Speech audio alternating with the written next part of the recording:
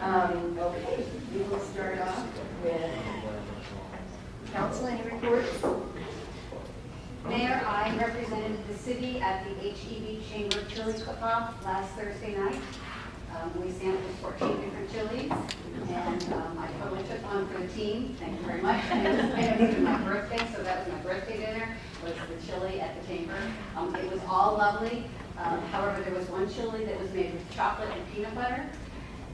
That one did not win, but really you should be thanking me for even sampling that thing. Well, you know, I've been asking the judge, and I said, I don't think you want me because I don't eat chili. Well, And I said, well, maybe you make a good judge because of that. And I go, oh. well, this might do me for another year. Thank you very much, Mayor. Well, I'll try not to subject to that again. It's all good. It's all good. Also, I wanted to announce that we have a partnership with Six Stones for Trunk or Treat. And on Friday night, our sweet children who are coming to Euless will have a choice of either one of these or one of these. And in addition, they will be able to take a handful of this assortment. We have 7 pallets of candy. I'll be leaving this behind for all of you to munch on. But you should all come to Trunk or Treat over at Midway Euless Family Life Center at 5:30 on Friday because it's going to be the mother load. You gotta put Bear Creek Ministry right next to it. They're just going through as west. Thank you, ma'am. That was good. Okay, we may have to open that Milky Way. Here, go for it. All right, thank you. Mr. Jeremy? Back on the 16th, we had a really fun event. The Lions Club hosted us at Texas Star. They had a really successful silent auction, or live auction as well. So It was a very good time, and they were all very grateful that we were there. it's very nice. Anybody else? And I don't think I have anything particular to report. I'm still trying to catch up and moving on. And we'll go on. Pam, do you have anything? No. And Mr. McCain, it's your show, I guess. All right, got a few things here. Along with the Trump Fest deal that will take place this Friday night. Our plans are beginning to maybe come together for our bus tour benefits, and I wonder, and that is tentatively set for the 21st of November. 10 a.m. We're not sure yet who all will be participating in it. We are participating in it, and the school district. We've got probably a couple of corporations that are participating in it. Still trying to get other participants, but our effort is to raise money for the kiddos, or the Not a Wonder, the Christmas event through this time. So hope you can all play a part in that. Nobody's going to get wet this year unless it rains. That's a good point. How much did the Euless City raise last year with that again? It was a large sum, wasn't it? We got, I think we have already had like $8,000. It's close to $20,000. That's amazing. The Polar Fund was 11, a little over 11, in 9 days. Now, full disclosure, you say the employee of the city. The employee of the city raised all that, so a lot of that was corporate donations. The first 8,000, now we're talking in terms of 8,000 and 11. The 8,000 would be employee money, Wow. donations, and then the 11, there was employee donations in that, and there was also support. And I think Mr. McDonald was the winner of that. How much did you raise, Mr. McDonald?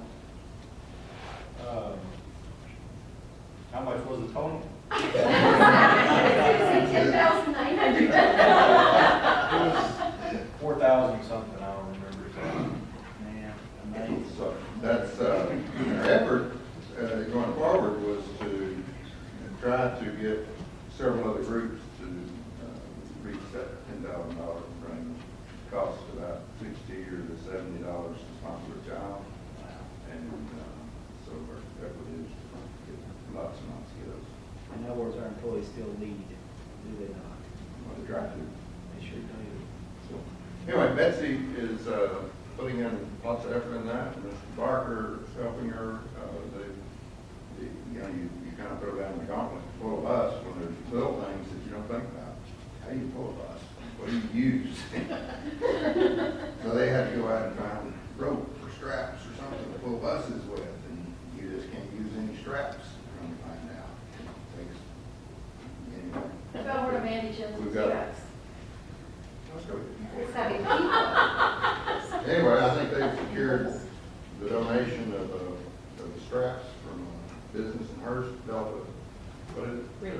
Delta what? Rigging. Delta rigging.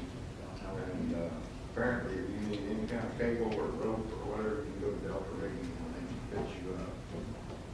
Big rope to little rope. All in between. So apparently, very good people. So that's the 21st. Our finance building is still closed due to water damage. Kind of getting out on carpet. Carpet's been ordered, should be working to install it next week. So, but for the time being, they're still displaced. That's only on the north end of the building, south end and finance, they're still there. Let's see, Hal, we're still doing mosquito spraying Sunday, Monday, and Yes. so hopefully that, if we get some cool weather, that may be the end of it, but we'll continue to monitor that.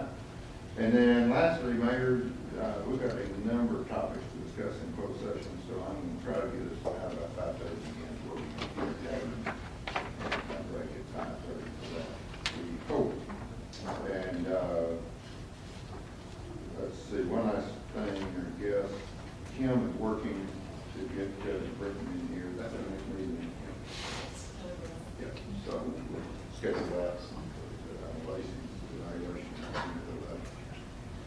And with that, we'll do our recession. You're ready to do that? I should have apologized before. Councilmember Schlinker got called for work. Yes. He will be here by about 5 o'clock. So he'll definitely be here for the meeting. So, yes, sir. All right. For many of us, we've only known one representative from Atmos Energy and previously Lone Star Gas. Some of us, Lone Star Gas still seems more natural than Atmos. Mary Jean Maloney, who many of you know, will be retiring next month. Or in December. It's not quite November yet, is it? And she is here to introduce her replacement. So Mary Jean. Should we come up to the, Yes. for your new design? She's going to sing, she'll probably do. Mary Jean said we should dance. Yeah, I think we can dance better than we can sing. But anyway, I'm just very honored to work for the city of Euless. That you all are wonderful, and it's been a joy, each and every one of you. And I'm going to miss that very much, but I feel really good about who's taking my place. Kelly Packlet, I couldn't have picked a better person.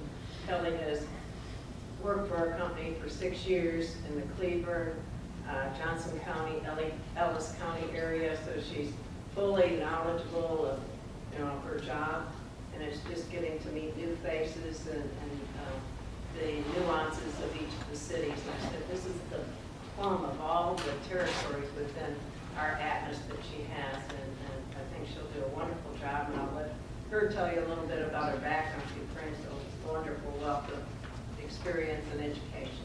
Sure. Prior to Atmos Energy, I worked for John Peter Smith Hospital in Public Affairs for Robert Early, and then prior to that at the nonprofit world at the Boys and Girls Clubs. I'm very happy to be with Atmos, and I hope to retire at Atmos just like Mary Jean. So, when I retire, it'll be 38 years from now. So I have a while to go. So I'm going to live vicariously for her. But I'm married. My husband Robert works for the Council of Governments and Transportation Planning and Transit. We have 2 little boys that we adopted 2 years ago. They're 3 and 5. And we just moved to Arlington from far west Fort Worth. So we're happy to be in the area and very excited, and I have big shoes to fill. She's a Baylor graduate and a TCU master's, so she's pretty well qualified. Well, Mary Jane, we wish you all the luck in the world. We've loved working with you. And Kelly, we welcome you, and we look forward to getting to know you better and better. Thank you. We look forward to it. Thank you for fitting us into your schedule. We appreciate it. Thank you for coming.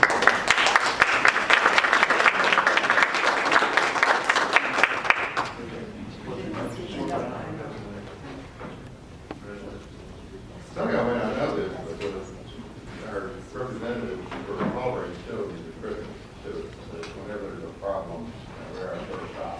When the customer has a problem, they come to us. Obviously, we can't fix a gas issue or electric issue or a phone issue, but our first stop is Mary Jean in Patton's case. And West with long team of people. Worked so well, the name just went up, the AT&T, Lynn Garrett, yeah, Lynn Garrett been with AT&T for like 47 years. How long was that? 40 last week. authority. So, I mean, we've not had any changes to the years, so this is a big deal, but they're playing a critical role for us in close contact with the president. So thank you. We're glad to. Thank you. Thanks for being here, look forward to working with you. Okay, back several months ago, actually it was before the May election, so before Mr. Tompkins and Mr. Price, we had a discussion on doing, honoring our one police officer that lost his line of duty, and that's Michael Williamson.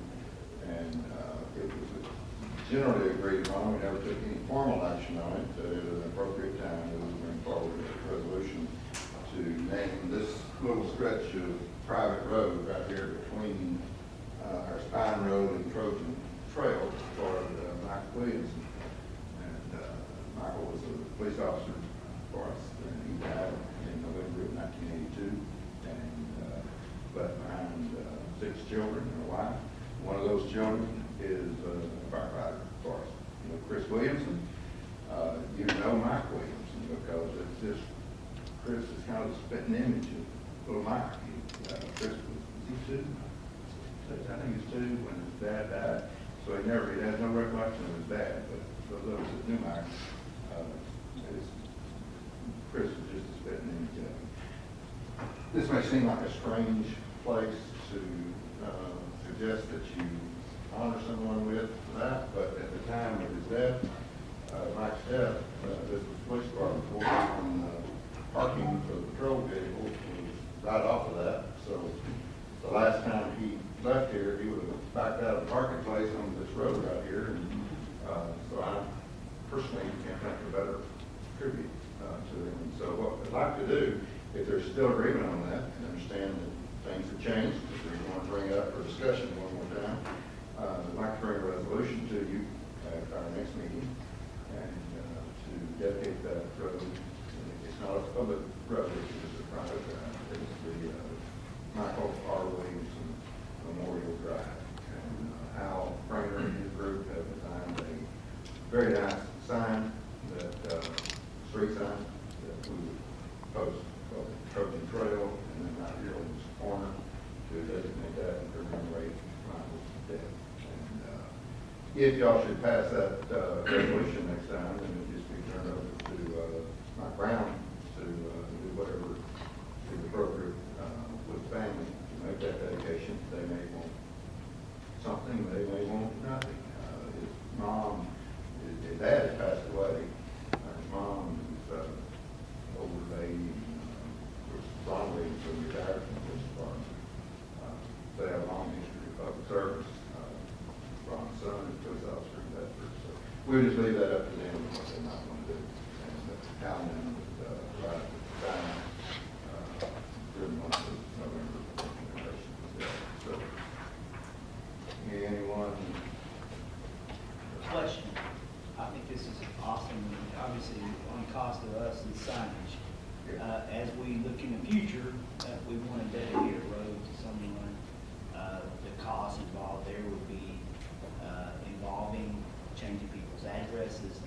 We've heard the discussion going on in neighboring cities, the difficulty of doing that. So That's come up through the years, and we've kind of been hesitant to recommend that where there is change of addresses, but particularly if it's businesses, they've got, in some cases, significant cost to change software for their business stuff, materials. But what is available, and I think we mentioned this to y'all before, is that we come to this period in our history where we're probably kind of coming to the end of development of new streets. But Mr. Collins and his group is absolutely willing to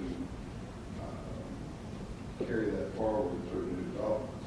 The development down here at South Pipeline and South Main has got 3 houses in there that's dedicated Peyton Lane, or in honor of the Peyton family, and Nail, Robert and Adam Nail, and then Trigg. yes. The Trigg family. So those are, and there's still more coming. In some cases, Lake Park, those streets were all used for, rivers. That's there's some that are kind of dedicated for things, but if you those are available too. And then obviously, this council wish, if you want to, probably the street that's come up the most of the years is industrial. Industrial is one that, I can't really tell you where the genesis for that name was, not much industry on it, but it would be a huge imposition to rename that road for someone, so I don't think that ought to be done either. There's no cost other than the sign. Exactly. As Mike brings development through, those street signs down there in that development, they're gonna cost it all, development providing them, and there's no, it costs them more to name one tree than it does to name it, whatever, kind of street. So there's no cost whatsoever. Question? Anyone have an objection to that? We sure not, we don't want to bring it, there'll be objection. I think that's a great idea. For that. I think, is there any opportunity maybe later for a bronze monument or some sort of marker to notate for 10 years from now who the street is named after?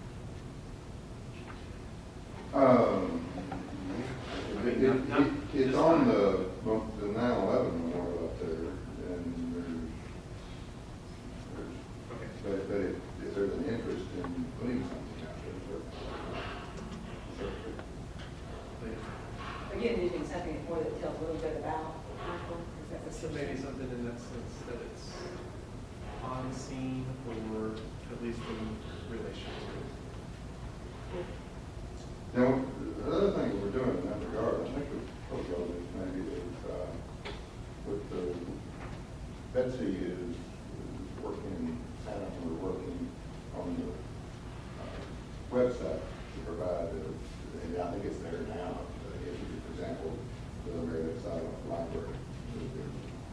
It's like, that's named Meredith Silent Library. So that was a concern in these days, and maybe we can say, well, we will be. Well, we're on the subject, I think we need to continue down that discussion with some further dedication to individual impact to the city. That's, and we discussed, there's some council members that, we kind of set up Logan there.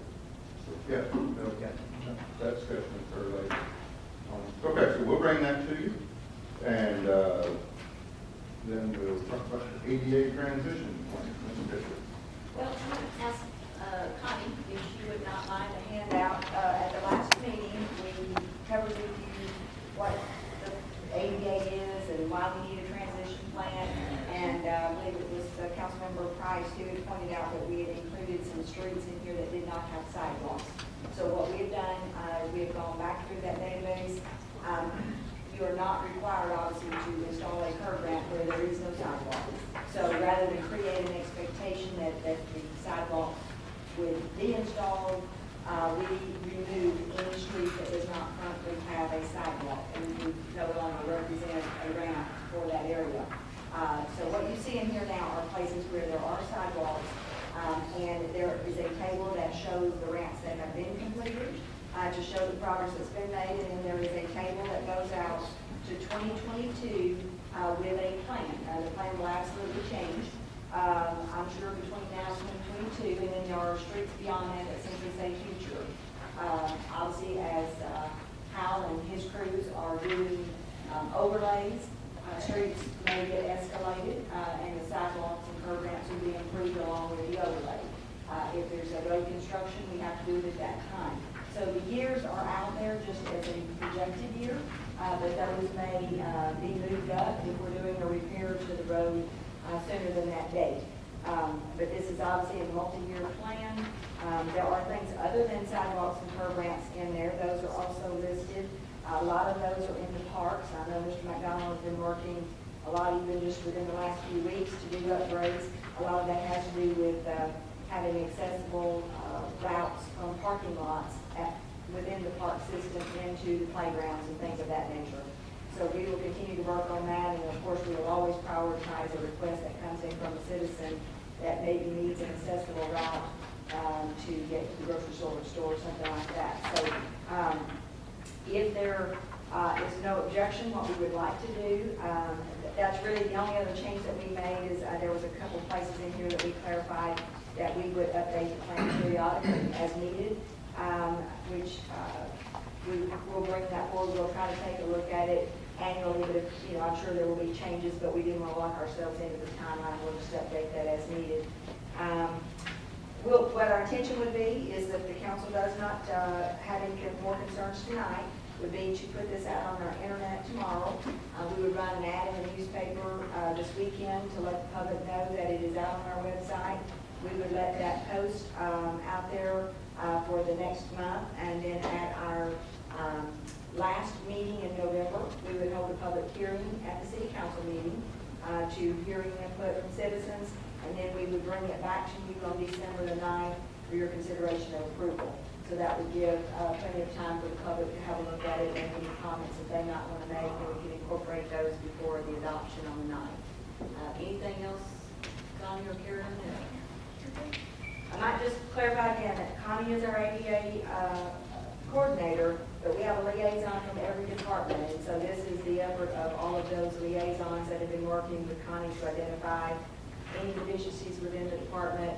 And then, of course, David Allen has been a huge help to us in collecting all this in a database that can be easily maintained.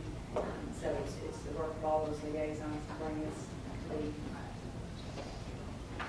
One comment I'd like to add, I think I brought it forward, that's for us to continue, when we have the opportunity to move the fire hydrants out of the sidewalk and out of those areas, as we have those opportunities to be able to do so. I know it's very expensive to do that, but as we have the capability to do that, or it's in our plan, I'd like for us to maintain that philosophy of trying to get those hydrants out of the sidewalks if possible. There's been some progress made on that, but there's more to be done. Okay. I know it's not cheap to do that, but Job one, stop doing it. that's a good thing to do. What you said? Said job one is to stop voting. Yeah. I noticed that there's some, the Euless Bridge over 183, there's still been put in just to kind of level it so that it's not a big old hole. Did we do that, or did the state do that? It's not right, but it's better. Well, that's what it was. And of course, they're going to replace the bridge in the next few years. Any questions on any of that? Just to reiterate, again, we have lots of neighborhoods in our cities that would never get sidewalks. There's never been, and go to the upper area and make that clear. If there never was, again, I think there will be.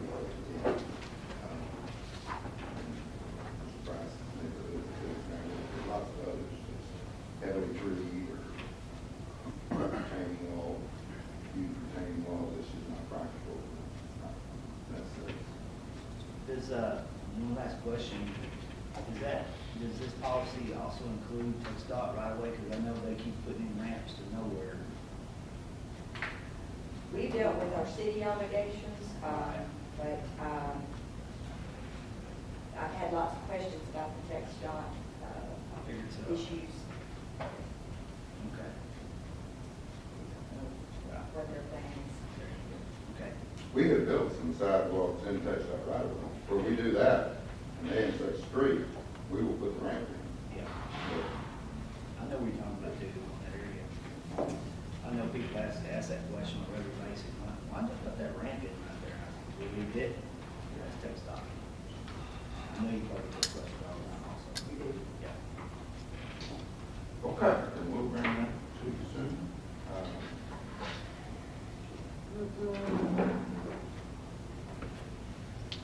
Mr. McDonald is going to talk to you about the Walk with Champions Committee, and I've asked him to kind of start from Walk with Champions grade 1 to refresh everybody's memory on what that is, how it came about, and what happens on it.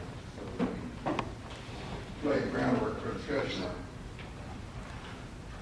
Well, let me, before I do that, I'm going to follow through with what I told Kim I would do and give her the tickets for the Thanksgiving luncheon that we're having at the senior center, so. These tickets. Now, someone has them. She cannot accuse me anymore. Okay, so as Mr. McCamey said, we've been talking about the Walk of Champions here in the last few months. Y'all know our last inductee was Johnny Green. And as we were talking about it, a couple weeks ago, we realized that probably a quick little history lesson wouldn't hurt, because I think looking around the table, Mr. Bynum's probably the only one with any recollection of how this even got started. So I went back and looked through some notes, and going back to 1995, when we were actually dreaming up the Parks of Texas Star, and you were commissioner of EAA at the time. One of the ideas that we had to kind of separate that facility from any other around us was to have a kind of a tribute to those who came before us and really laid the groundwork for youth sports in the city of Euless, and to honor them in what we would call the Walk of Champions. We've had 4 inductees to date: Rick Harrell, Doug McGrady, Ed and Marie Harrison, and most recently Johnny Green.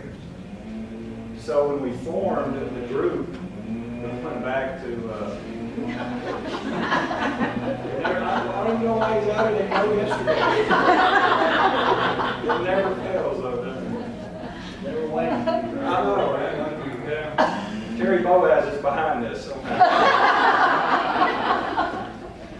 So looking back through the notes, we had decided back this particular communication to the council at the time, dating back to 2005, was that we would form a selection committee of 1 council member, 1 park board member, 1 citizen, the director, and 1 additional staff member from the Parks and Community Services Department to serve as the selection committee, if you will, and not that there's really a formal selection committee, a committee to recommend, and then obviously we always bring that to you all for final decision on who is actually inducted. And the criteria that was established at the time, just again to go back to the little history, the nominated person would be someone who was and or is instrumental in promoting youth sports in Euless. The person does not have to have a direct tie to the Parks of Texas Star, just to the city of Euless and youth sports. The nominated person could be a current or past board member, or just Euless individuals that contributed to youth sports, and that no specific time frame would be made for selections. They would be on an as-needed basis. So we've had some changes on the committee. For instance, our council representative was Mr. Hall. Our citizen representative was Monty Huffman. Obviously, Monty's moved. Mr. Hall now is obviously not on the council. So in talking with Mr. McCamey, we thought we would just bring this to y'all and let you know that we are in need before we can recommend any future inductions to the Walk of Champions to fill these slots. So I wanted to put that out there and see what y'all's thoughts were as far as try to fill that one as well. Ray, is it possible that you could give us some thoughts of who has been real instrumental, so that we would have a couple of names to consider? Yes, ma'am. That I could come back to y'all with that information. Does it make any sense to nominate Mr. Hogg as a citizen? I mean, it would totally be up to y'all, but I mean, it would make some sense. He does go back a long, long way to youth sports and having already served on the committee. So, He was actually in the Girl Golf Hall. yes, sir. He was a president of BGSA. Same time I was commissioner. Very active. I think even before he served on the park board, he was involved with BGSA. And I frankly think you would probably enjoy it very much, so. We'll be glad to bring his name to that. I looked up Mike Daniel too. Yeah, we had talked to Mike, well, when we originally formed this committee, you know, then I think he could commit to not that it takes any amount of time, but, you know, we meet kind of on an as-needed basis. But in fact, you know what, I take that back. He was actually on the park board at the time. So Eric is our park board representative, so we couldn't have two. So that's why Mike was there. Who has been installed or Inducted where installed? Rick Harrell, Doug McGrady, who served as the president of BESA for many, many years. Ed and Marie Harrison, who were involved in youth sports, and Ed even worked for us in the Parks Department way back in the 80s. And Johnny Green. The effort has been to be pretty select about it, and I think it's people that really kind of forgotten. Henry Harrison is a good example of that. I don't know what all Ed did, but I know when my oldest son was 38, when he was playing t-ball, 5 years old, Ed was somewhere. That's how far they went back, marking things. But that's the effort, is not to necessarily get to the nostalgia of the people that were kind of behind the scenes. And I know there were a bunch, and I couldn't sit here and tell you who all they were, but I know there are some folks in our community who could. Another person we get, Keith Jackson. Keith goes way back. There were several people we talked to there. They go way back. So we'll give you a list of names, and that will fill you up if the crime and the citizen numbers. Yes, sir. I probably didn't pay attention when you started. I'm talking down there. It's you and A council member, a park board representative, and one additional staff member. At the time, it was Johnny. So we'll need to decide who that additional staff member will be. okay. We'll bring you. That would be great, thanks, Ray. Yes, ma'am. And while you're up there, Mr. McDonald, We'll roll right into fees. you talked about recreational fees. You may remember, I think it was last year when we went through the fee ordinance, we decided at that time, or maybe it was 2 years ago, I think, with the Family Life Center coming on board, the Aquatic Center, that we decided to take the recreational fees out of the ordinance. But talked at that time that whenever we would recommend any change to that, we would bring that to y'all for your approval. So Suzanne's here. She worked hard on this, she and her staff, and have made these recommendations. So she could probably answer if you have some direct questions related to these. All right, one little hair splitting comment. It's their informal approval, that there will not be that there won't be an item on you to vote on any time in the future. It's really, it's for your review more than your approval. If you, obviously, you say, I hate that, we don't want to do it, we won't do it, but it's when we took it out of the fee ordinance, it took it out of that formal approval. Acknowledgement, I guess. I didn't know how to say that. Well, that's what I'm saying.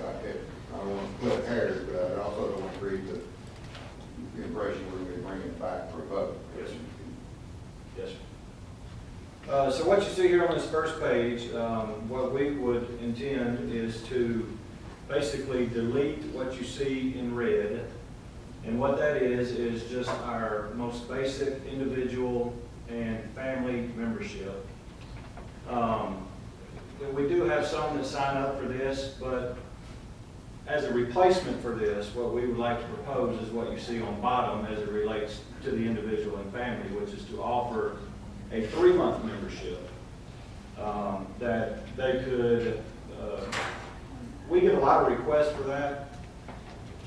Some of the reason is because during the summertime, if, for instance, you have, a stepchild or grandchild or a family member that comes and lives with you during the summer, instead of having to purchase the entire year membership, an option for them. And also, not so much for the individual or family, but for the silver and the gold levels, is something just a little more affordable for some folks who just can't shell out the, $75 or $125 or whatever that cost might be. It would give them another option so that they could still enjoy the benefits of the Family Life Center, but be able to do it almost in increments.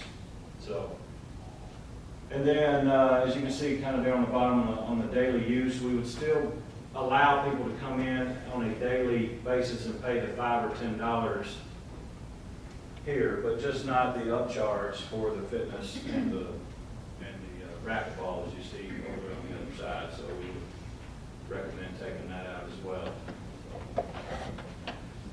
Those are kind of hard to see, you might have to tell them. Is it? Sometimes. I thought it was just my eyes. I thought it was my eyes There we go. Because Edward is not to increase the fees, it's really Exactly. somewhat of a decrease. Right. And to allow options for folks, because, you know, our staff over there gets asked a lot about the cost of a, $75 or $125 membership on the individual basis. So, again, it's to allow an opportunity for those people who are looking for a shorter period of time or a more affordable membership that they could purchase in 3-month increments. So is the fitness center for daily fee going away? Is that what the rent? Was it $5 plus 8 in the Right. past? Right. Yeah, so you would just be able to get into the rec center. Not necessarily go to the Right. racquetball or something like Any more We questions? do on have that very sheet? few daily fee people, right? You know, in the summertime, we have more than now, and it's because of those folks who might be, in town as a guest or, a family member, but, I mean, we do have some, but it's a lot more in the summer months than we have in the fall and spring.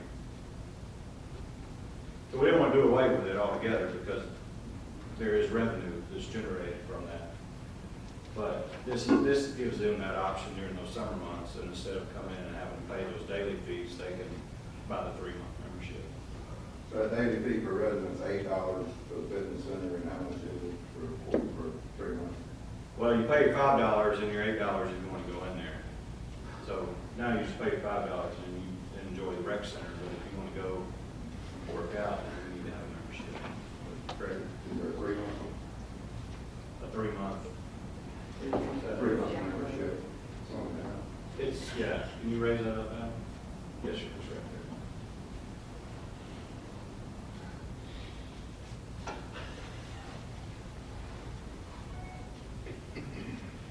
Any questions on that?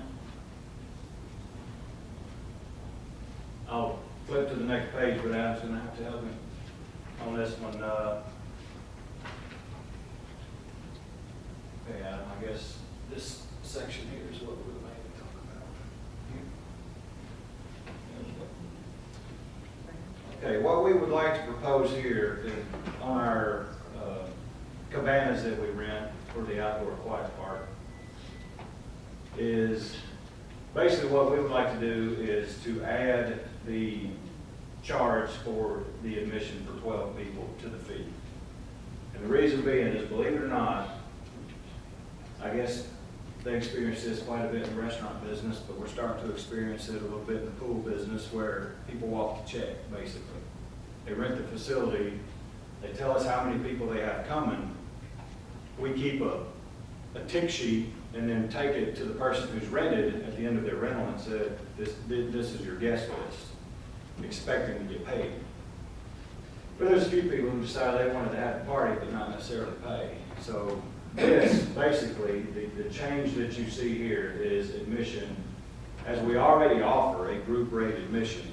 But for instance, in the first, the small cabana, it includes the 12 person $2 admission, so that at least we can collect our fee and they don't run the check on us.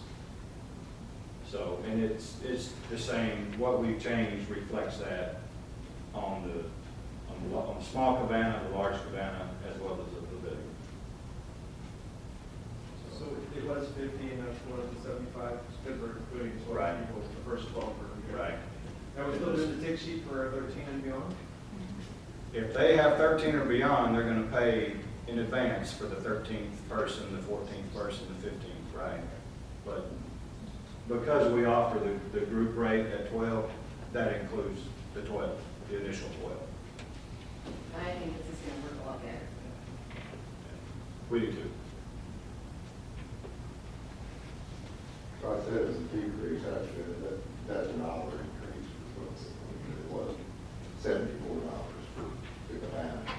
was $50, yes, sir.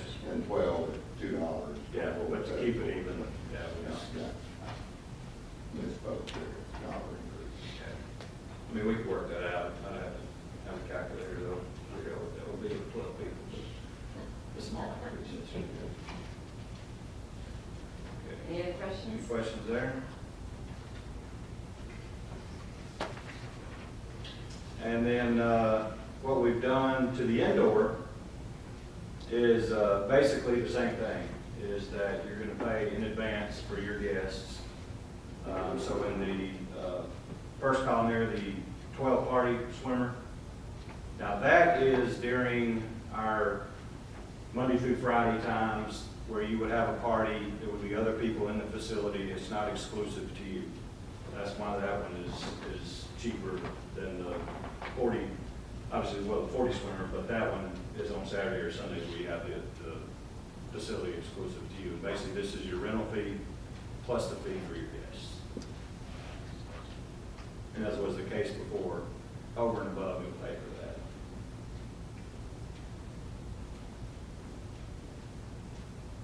It is a great price. Mr. McCamey mentioned that as I was presenting this to him. You know, there's really no magic to it.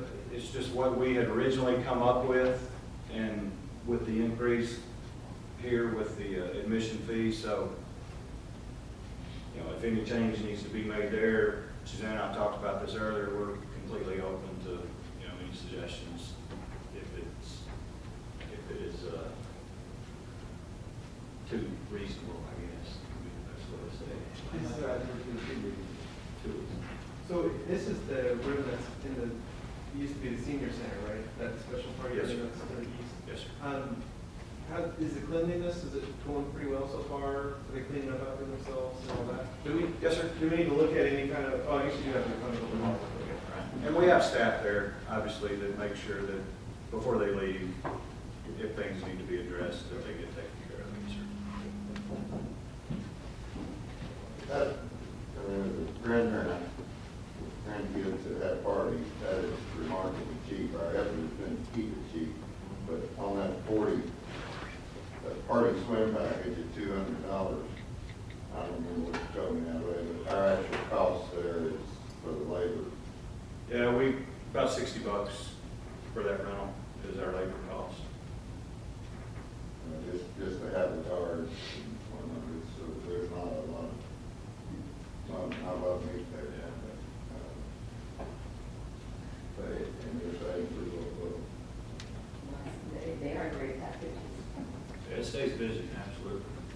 Stays busy. I think your status report last week, we were over 9,000 visits since we've opened, so it's a busy place. We try to keep them cheap if somebody just wanted to increase something good, but I mean, if you go to 225, 250, it's not gonna make a huge difference in our overall revenues down there. It might make a difference when someone has a party there. Well, our philosophy has always been to make it affordable for our citizens. So that's what we would recommend. Comments? Fair with that? Thank you all. Thanks, Ray. Yes, ma'am.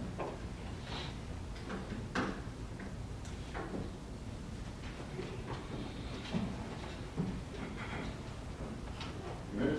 Collins, want to talk with you about Collins? Collins is a busy business. Thank you, Mr. McCamey. Just a couple of items that y'all will be familiar with beginning at Glade Parks. I wanted to compliment Hal, what he's been doing as part of his capital projects update really helped set the stage for the vertical development. So he gave you an update during the last session with you on the Rio Grande and Brazos and the other infrastructure necessary to support the various development activity that is going there.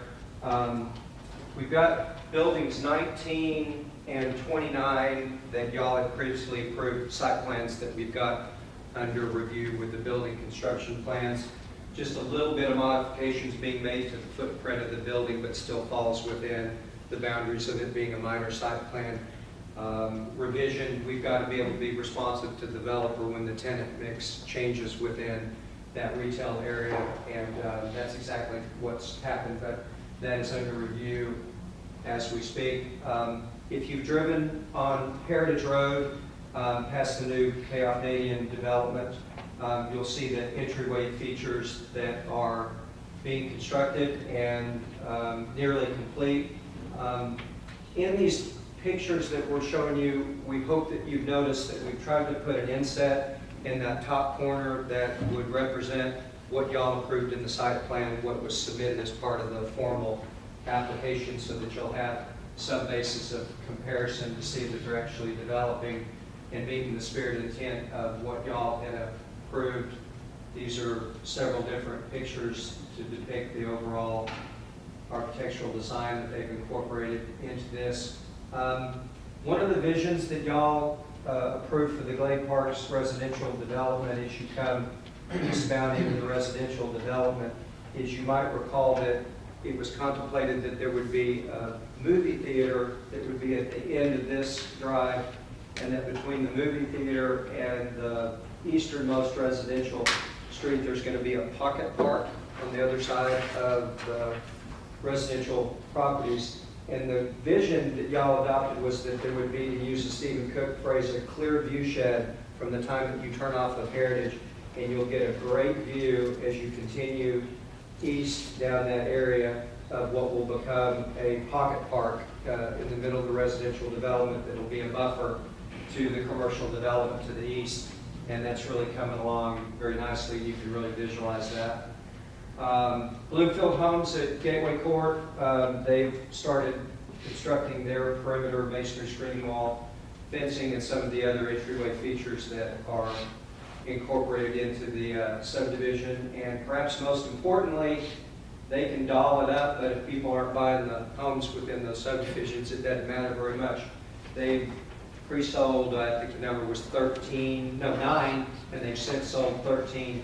And you can see the form boards have been put up for at least 2 of the new homes that will become part of that Gateway subdivision on the east side of Gateway. We're looking to the east of the Shops at Vineyard Village, of course.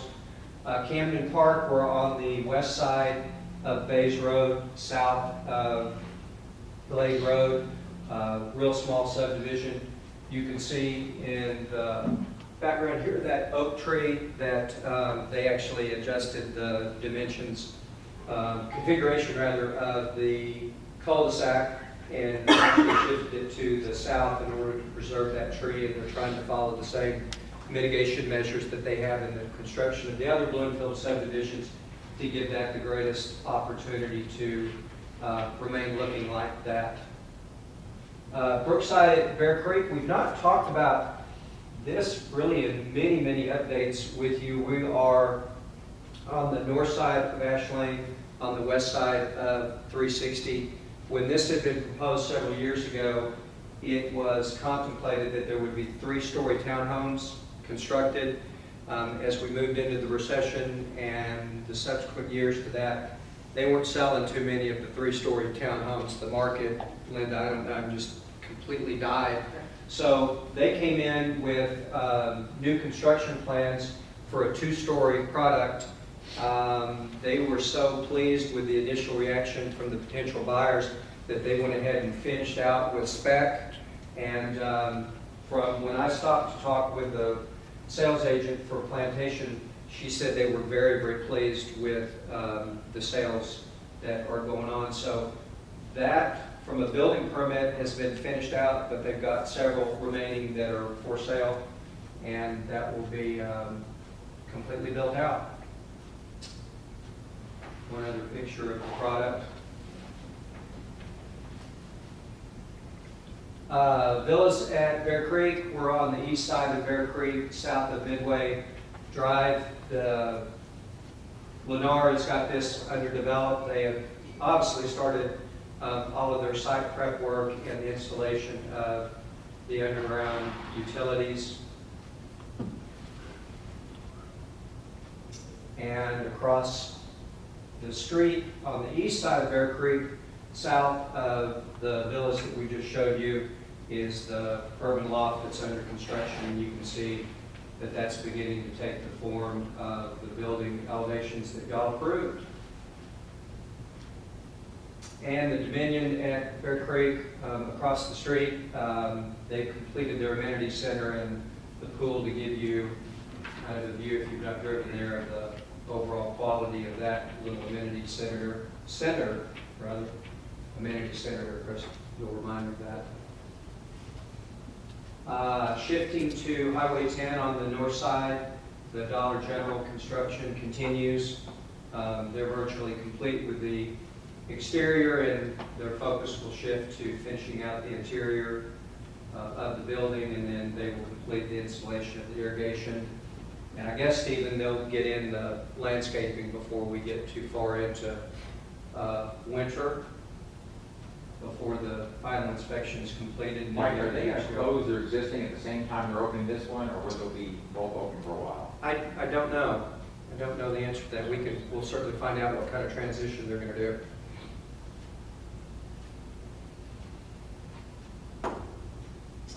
And lastly, a demolition permit had been issued to the new owners of this building, and I apologize, I cannot pronounce this name.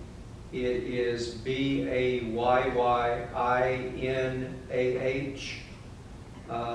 If you were to look that up on the website, it would indicate that they are an Arabic learning center. What they would propose is to use this as an educational facility. They would remodel the facility for classrooms. They would actually have some type of broadcast studio, because apparently when you look in their website, and in one meeting that we've had with these folks, they've got a lot of online courses and video conferencing of the instruction that would take place there. I tell you that we've only got the demolition permit from them. We've not seen any formal building construction plans that would reflect what they would intend to do on the interior. Mr. Fink, that's it? Any questions?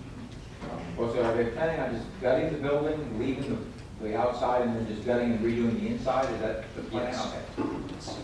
Thank you for the answer. I drove by that the other day, I go, that whole top floor looks like it's, get it.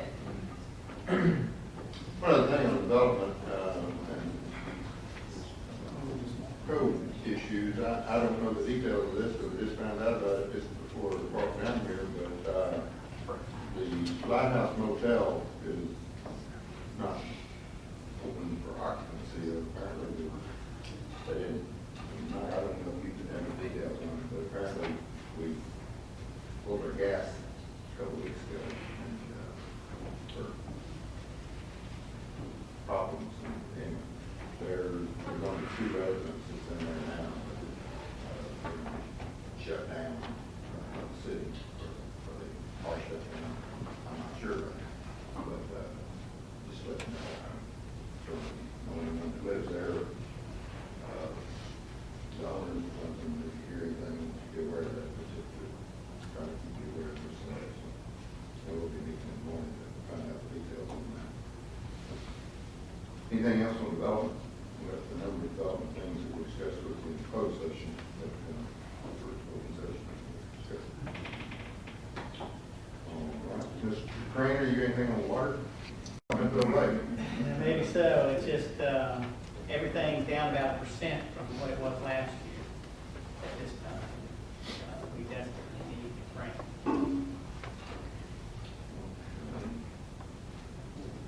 Ms. Jewell, anything from the finance world? Just a little bit. I don't believe last time that you were told about the sales tax and car rental tax, but I know that that was in your report last week. The sales tax was up 14.29%. Car rental was down 2%, but year-end revenues, we're doing all of our adjustments for the auditors. They're going to be coming in the next couple of weeks. But everything's looking very much in line with what we were talking about during the budget process, as well as our updates in the monthly reports. Water was a little further down than we had hoped. Other than that, Mr. McCabe pointed out that our building's still not open to the public, but customers are very compliant, very nice about it. They do think it's very ironic that the water department got blood.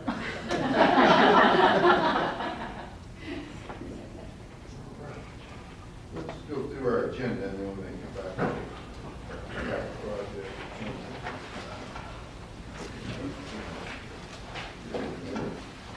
Communication on Mr. Bynum and pledge of allegiance by Scout Pack 546.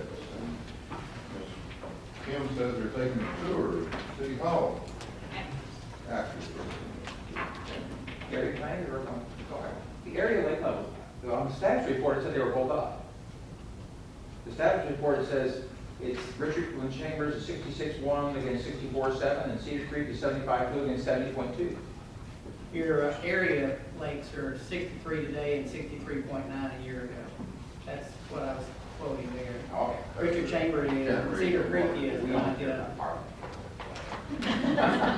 Focus on the East Texas area. Okay. Picks up, Logan Brook and Bridgeport. Guess those western lakes or something. All right, and our employee of the month is George Peterson, who works for Mr. McDonald out there in the office. Great, happy person. She'll be here tonight. And item 2, presentation proclamation for American Diabetes Month. That is, we look at things that impact our employees from health standpoint. Diabetes is one of the top things, one of the top things that impacts Americans, not just our employees. Yes, and Russo. All right, item number 3 is authorize us to execute contract extension with Office Depot for a 1-year period. This is through the National Intergovernmental Purchasing Alliance. They do not discount on office supplies. Any questions on that? Item 4 is renewal of bid 005-12 for employee leasing. Talk about that. Well, there's a little bit of a change there in that our workforce has been providing this service for us for, I think it's actually about 17 years, also not that long on this particular bid. But there is a clause in their contract that would allow them to assign that, and they have chosen to do that, and the company they would like to assign it to is Employer Flexible. Brenda and I have met with them, and they are wanting to go ahead and exercise the 1-year remaining renewal on that under the exact same terms and conditions. So the employees would see absolutely no change other than the name on their paycheck and, their paperwork would obviously reflect the different employer. I guess there's a few optional benefits that they purchase that may come from a different provider or something of that nature, but the basic terms of the contract would remain the same as far as cost and so forth. They would actually like to take this over for the first pay period in December, which is the pay period beginning like November 19. Then they would operate under the existing contract through December 31, and then they would utilize this renewal for the last term of the renewal, and then they would bid again. So it gives us an opportunity to evaluate their service and so forth before we like to bid again. Questions on that? I don't understand what that is. These are the employees, the wait staff, the dishwashers, some of the cooks, and some of the greenskeepers that we have in the Texas Star Golf Course. So they are employees of workforce who are assigned to the city of Euless rather than the city of Euless employees.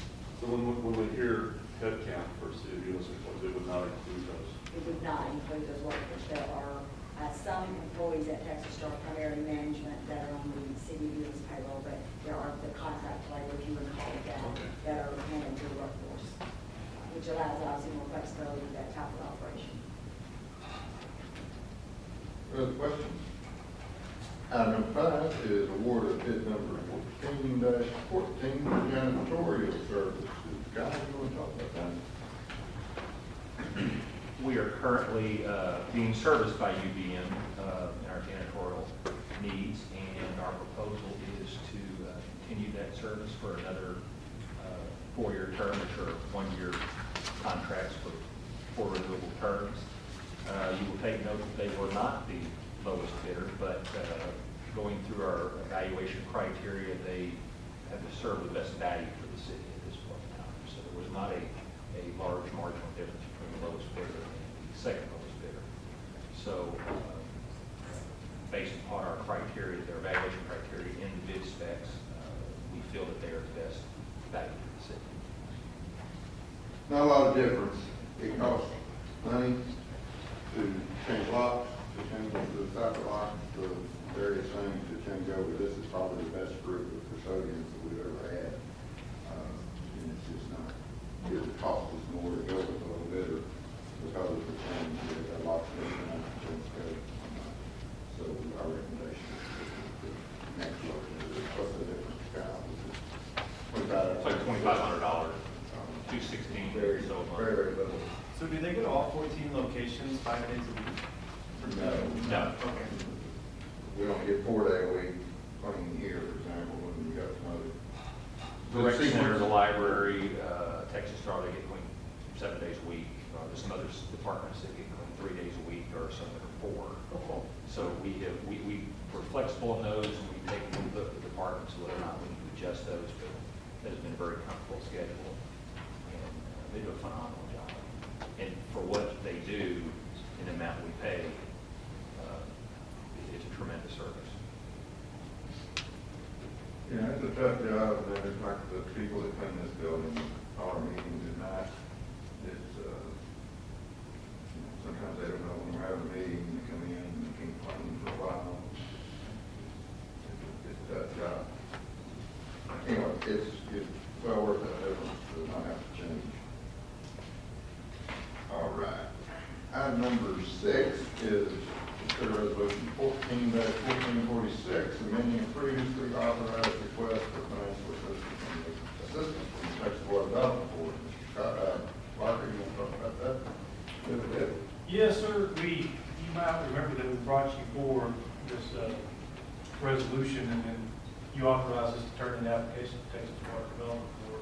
We did so, and they processed the application. When they came back, it says that our application was going to be eligible for what they call green funding, which is another way of saying that a portion of the loan is eligible for loan forgiveness. So you just would never encumber that amount of money. As part of that calculation, they actually increased the total amount. The green funding is a calculation, so they increased the total amount by $5,700. So we had specifically authorized, you had specifically authorized us to file an application for a specific amount. This authorization is just to amend that so it agrees with the new total amount from the Water Development Board, effectively allowing us to have that green funding, which again is on. Questions? All right. Item number 7 is resolution 14-1447, amending the tax abatement policy. The change on that is adding corporate headquarters to the qualified project. I can add them. There's a definition for corporate headquarters, but that's the recommended change. You will take a 3/4 vote. Yes, thank you for pointing that out, Wayne. That's, to amend it does take that 3/4 vote. So if there's anyone that doesn't understand it or doesn't, there's something to work with, something to understand, agree with it, to the extent we can, right to that before the meeting, but if we don't get to the report of votes, it can move forward. And that is 3. 4.5 of them have to vote. 4.5 votes. All right. Item 8, President. Item 9 is site plan 1412, Mr. Collins.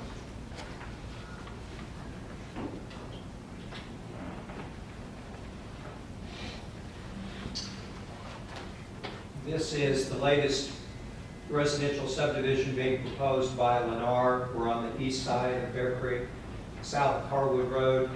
The setback of the residential development off of Harwood Road is between 300 and 250 feet.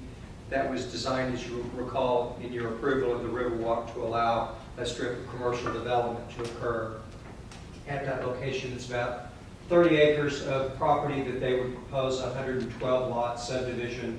There'll be a couple of green space areas within the subdivision itself. This is proposed, and this is the first that Lennar is proposing in this area. It's being proposed as a gated private street subdivision. They're trying to establish a little bit more exclusivity for this project. They anticipate that this should be the highest end residential product that they will make available as part of the various subdivisions they've got within the Riverwalk. They're going to be, the primary ingress egress is on the north side of the project. That will have the denied access that's required if you've got a private gated subdivision. The second point of egress will allow exit only that matches up with the median break in Bear Creek that will enable you to turn out of the subdivision and continue south down Bear Creek Parkway. You'll have the typical perimeter masonry screening fence that will be located parallel to Bear Creek Parkway and on the east side abutting the Mentor's Chapel right-of-way. The blue line depicts a 8-foot trail that will be installed on the east side, and the south side that will connect into the sidewalk that will parallel Bear Creek Parkway. Eventually, we hope as the commercial development will occur to the north of this proposed subdivision, that you'll basically have a 8-foot trail network loop that you could take in that corner and then shoot you down to the south along Bear Creek, and eventually there'll be a trail crossing that will get you onto the west side of Bear Creek that you could eventually get into the Blessing Branch. There you are, Blessing Branch Trail and onto Midway Park. Other features that are consistent with this subdivision that are found in the other residential subdivisions that have been proposed by Lennar is the addition of the street yards within the 9-foot parkway. So you have the back of curb, the 9-foot with the tree line parkway, and then a 6-foot wide sidewalk in front of each of the homes. Within the Block A, Block Q, you can see there at the top middle within that will be their amenity center with their private pool. And consistent with the quality of the entryway features and masonry screening walls that you can see already constructed in their other subdivisions, they will continue that same level of quality and design in this proposed subdivision. One question, Mike, if you go back to the previous slide, on the north side, you have wood fence and budding commercial. I was going to bring the same. Yes. The ordinance will permit it to be the wood fence coming in because it's there first. When the commercial development comes in, they'll replace that existing wood fence with the masonry screening. Do we have that in PD? Uh-huh. Okay. Well, actually, the same thing down at the, where it says wrought iron style, I'm assuming that wrought iron is down there at the bottom? This is actually a greenbelt area, and if you drive past it, it's heavily wooded, and other than the introduction of the 8-foot trail, it should remain in its natural condition. Okay, so I guess I'm confused on how, I thought that was part of the 200-foot setback for commercial. Where is that at? Am I just turned around here, or is it on the north side? I'm sorry, I guess I'm not understanding your question. It's on the north side? Okay, never mind. I got it. The south side is basically along the creek. Okay. It's the creek, and then further to the south, you got the pond. All right, I got it. Trail side. I'm sorry, I didn't understand that. I didn't either, apparently. I mean, yeah, that right there shows. Yeah, that's Just just the way that the Chesapeake purchase was made at that lot in relationship to the gas pad side. I have one other question, Mike. and- Move to a different? No, you don't even have to move. Okay. It's just in the verbiage, you know, I always have issues with this every time I read these on HOAs. You know, we all know the power of the HOA, but here in the communication, it refers to the Bear Creek Cooperative Owners Association will review all submittals before they submit to your office. Exactly. And Can you that further is, explain that to me? that's specific to the architectural design. Y'all created kind of a palette of elevations, if you will, that needed to be incorporated into each of the home designs. And as kind of a check and balance and as a quality control, that the master developer wants to have over this project. Lennar's actually submitting to the Stratford folks the elevations, and as soon as they sign off on that, they're sending it to us. We did not want to create a situation where we were always the bad guy saying, no, no, no, it's not meeting it. The master developer really wanted to partner and have a sense of ownership in the overall quality of the development that was approved by that ordinance. Well, I understand that, but you're the professional. I mean, you know this stuff backwards and forwards, so I just feel like there's so many layers of decisions that have to take place before it gets to you.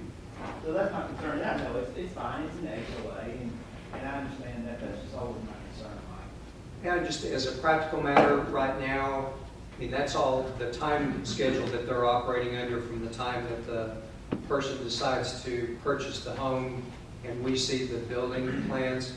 We don't know how long that review process is going, but part of what we've done initially is they submitted, oh, I don't even remember, 12 or 14 sets of building plans that represented the various elevations that they would propose. And the building official and Stephen and I went over those to make sure that they were consistent with all of the development standards that were incorporated into that. So that basically set kind of the, with slight variations, every one of the elevations that will now be proposed will only slightly vary from those initial 14 or 16 that they initially got approved. So it's going pretty quickly. I mean, we're up to 30, 38 or 39, something like that, just within the Dominion. And the review is going very, very quickly, and we're able to complete a thorough review. Thank you. How does this stress out the school district or the post office or anything with all these new rooftops? I don't know if it stresses them out or not, but they're provided information about each of the developments. I mean, even when they're in the initial stages of even being discussed, we're in contact with them to let them know. So, Mr. McCain, I've not heard whether or not they've characterized it as being stressed out. I don't know. I'm not sure that the post office ever gets stressed.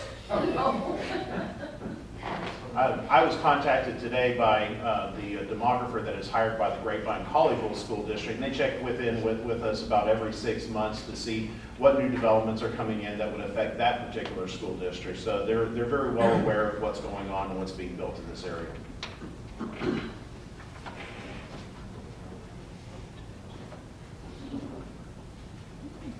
Questions? Other questions on that?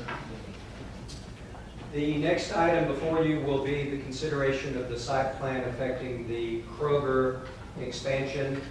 We're, of course, at the southeast corner of North Main and Harwood Road.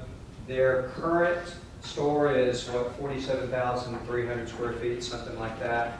What they would intend to do is add about 27,000 square feet of new building. Well, in order to do that, the current inline retail that's south of the existing space that will take you down to Euless Walk, that will be demolished to make way for the new construction. The folks that will be displaced there will all be able to occupy existing vacant available space within that Harwood Crossing Center. So they're pleased that they've been able to retain all the folks that were in there. So as part of the expansion that they will do, they will also come into the parking lot area and introduce landscaping where there currently is none. We hope that obviously that will not only improve the aesthetics, but some of the cross access, everybody going which way within there could be reduced by the placement of those landscape islands. What is it going to look like? They're going to go to natural tones. They're going to use a combination of stone, brick veneer, and true stucco to virtually change the entire appearance of that center. We're currently working with the owners of the shopping center itself. They are pricing out what it will cost them to extend that same architectural design throughout the rest of the center. Just talked with them, in fact, this week, and they're in the process of getting bids from contractors to match that.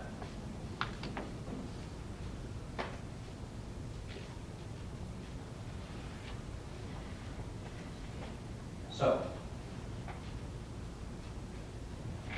any questions on that? It's exciting. Yes, it is. The drainage that's right there to the south of it, is that going to be re-engineered? Yes, sir. There's currently a private drainage area between the south end of the existing building. When they add the addition, they will shift that to the new south end of the new building. That's going to be a private drainage, just as it is the way it's currently proposed. But yeah, that was part of the overall civil construction plans that they submitted, was how that new location would work. Did that answer your question? It all be reviewed, make sure that it's not causing any more problems than you had before. Because I was going to say, the concrete of the parking lot is stable, just the building is changing. So are you just channeling that water down to go further south? We all together. Yeah, we'll have to look and see where it goes, but your basic footprint is not really changing.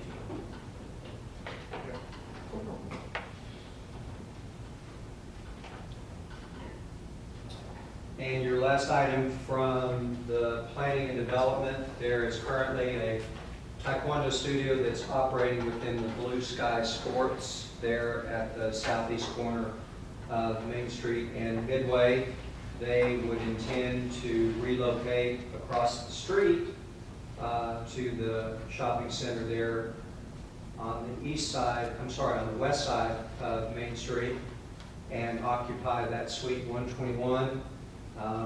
They just plummeted, outgrown the Blue Sky based on the type of sports club that they operate that requires a specific use permit. So the conditions that you're being asked to consider that were recommended by Planning and Zoning Commission will be the typical tying into the owner and the business name in order to hold them accountable for how that is operating. They've kind of identified their typical hours of operation during the week. Questions on that, or anything else on the agenda? Hal, can you give them a quick rundown on where you are on your capital projects? Cullen Drive? Certainly, Cullen Drive, we're trying to wrap it up. We are started today, actually, the cleanup process on Cullen. We've got all concrete work is done. We've got some work in the creek that needs to be done below in the middle of that project where that low point is. The landscaping, is started already. There's going to be one little, on the west side where that sidewalk is up by the subdivision, there's going to be a handrail that will actually be put in there. We felt like the slope down to that wall was just too steep. Somebody come by on a bicycle would hurt themselves if they didn't have that protection.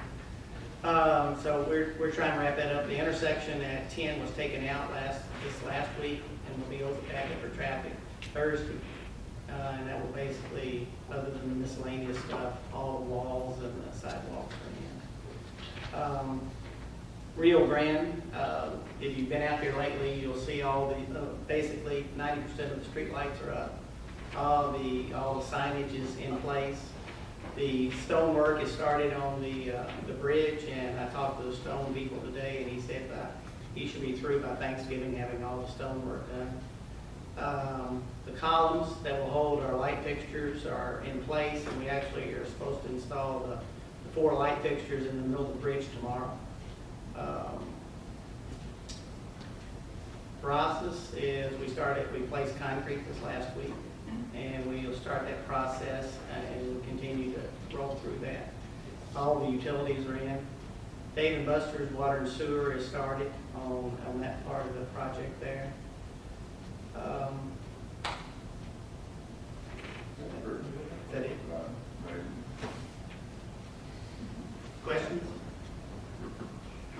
I overlooked an agenda item, Kim's mad at me now.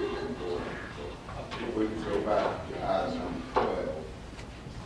Just don't want to leave Kim's name.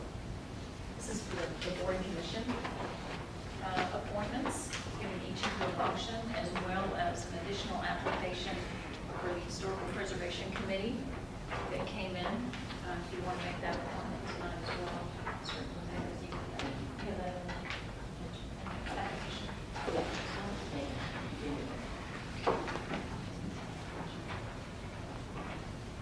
I want to provide that to you and have you look over the information and any questions.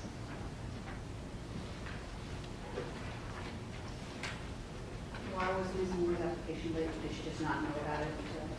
I'm not sure.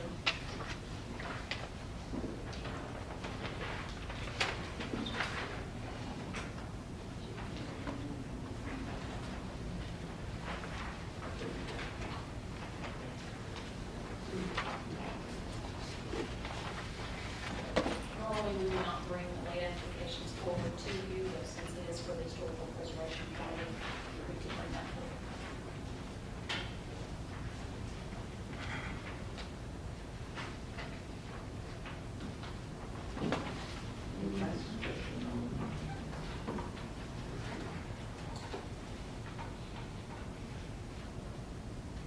Good to go. Thank you, Mr. Lee. Sorry. Maybe when you start eating your candy. I am glasses on good, and it's only one line, so it can take a lot of glasses out. You can see the lines are right in color.